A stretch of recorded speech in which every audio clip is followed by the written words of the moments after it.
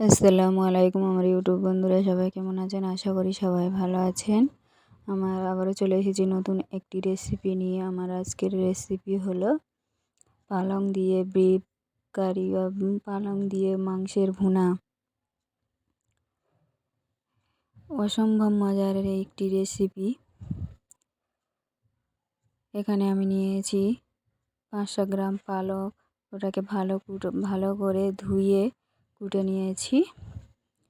এবারে এখানে কড়ার মধ্যে অল্প করে পানি দিয়ে এটাকে আমি সিদ্ধ করে নেব।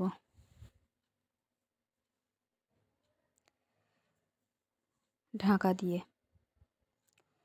দিয়ে আমি এটাকে সিদ্ধ করে নেব। পালংটা আমার সিদ্ধ হয়ে গেছে। এবারে আমি চুলাটা বন্ধ করে নামিয়ে নেব। নামিয়ে ঠান্ডা করে নিয়েছি। এটাকে আমি একটি মিক্সিং জারের মধ্যে দিয়ে পেস্ট বানিয়ে নেব। পেস্টটা বানানো আমার রেডি হয়ে গেছে। আর এখানে আমি প্রেসার কুকার নিয়েছি, ওর মধ্যে আপনারা চাইলে হাঁড়িতেও বানাতে পারেন। আমি সানফ্লাওয়ার তেল দিয়ে দিয়েছি। ওর মধ্যে দিয়ে দিয়েছি পেঁয়াজ বাটা, আদা রসুন বাটা দিয়ে ভালো করে একটু ভাজা হয়ে এলে দিয়ে অল্প একটু পানি আদা রসুনে। এবারে দিয়ে দিচ্ছি স্বাদ মতো লবণ, দিয়ে দিলাম হলুদ গুঁড়ো, ঝালের গুঁড়ো দিয়ে ভালো করে একটু মশলাটা কষিয়ে নেব। দিয়ে দিচ্ছি জিরে ধনিয়ার গুঁড়ো। মশলাটা ভালো করে কষানো হয়ে গেলে এবারে দিয়ে দিচ্ছি টমেটো পেস্ট, দিয়ে আবারও একটু কষাবো। কষানো হয়ে এলে এবারে দিয়ে দেবো গোশ। এখানে আমি 500 গ্রাম গোশ নিয়েছি। 500 গ্রাম গোশ দিয়ে ভালো করে এটাকে আমি মাংসটা কষানো হয়ে গেলে ওর মধ্যে পালং শাকের পেস্টটা আমি দিয়ে দেবো।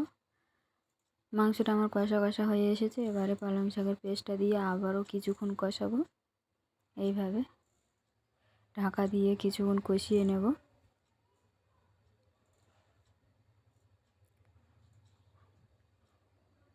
এইভাবে আমি নেড়ে চেড়ে কষিয়ে নেব। কষানো আমার রেডি হয়ে গেছে। এবারে পরিমাণ মতো পানি দিয়ে প্রেসার কুকারের ঢাকনাটা আমি বন্ধ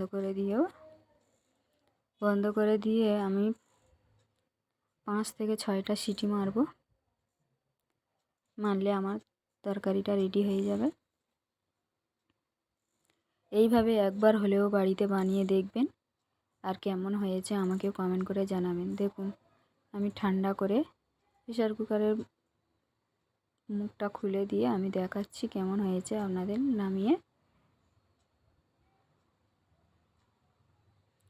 অসম্ভব টেস্টি হয়েছে। খাওয়ার পরেই আমি ভয়েস দিই, আগে ভয়েস দিই না আমি। এইভাবে একবার হলেও বাড়িতে বানিয়ে কেমন হয়েছে আমাকে লাইক শেয়ার কমেন্ট করবেন, আর বেশি করে শেয়ার করবেন। ভিডিওটি একটি লাইক দিয়ে, ভিডিওটি ভালো লাগলে একটি লাইক দিয়ে দেবেন।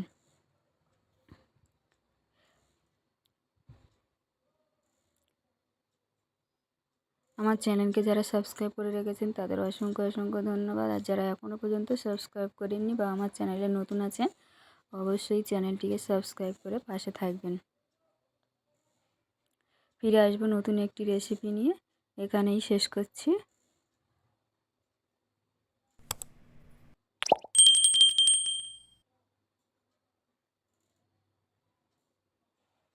আল্লাহ হাফেজ।